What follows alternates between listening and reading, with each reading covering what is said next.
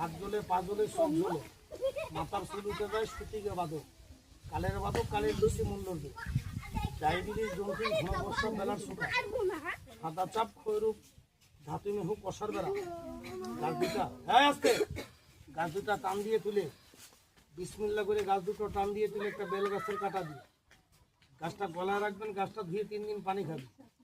আল্লাহ রোগ ব্যাধি থেকে মাফ করে আমাকে একটু দোয়া দিন। আল্লাহ জবান দিয়েছে, একটু কথা বলবেন, মিথ্যে কথা বলবেন না। এই সাপ কি মানুষের শত্রু না? কথা বলেন।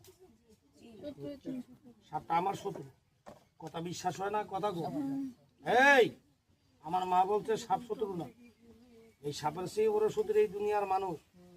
আচ্ছা, মানুষের ভিতরে কি শত্রু নাই? কথা গো, যারা বলিস আমার নিজের লোক, বাড়ির লোক, এলাকার লোক শত্রু, ভাই ভাই মিল নাই, স্বামী স্ত্রী মিল নাই, বাড়িতে অশান্তি, আপন লোক শত্রু, আমার ঘরের লোক, বাড়ির লোক শত্রু।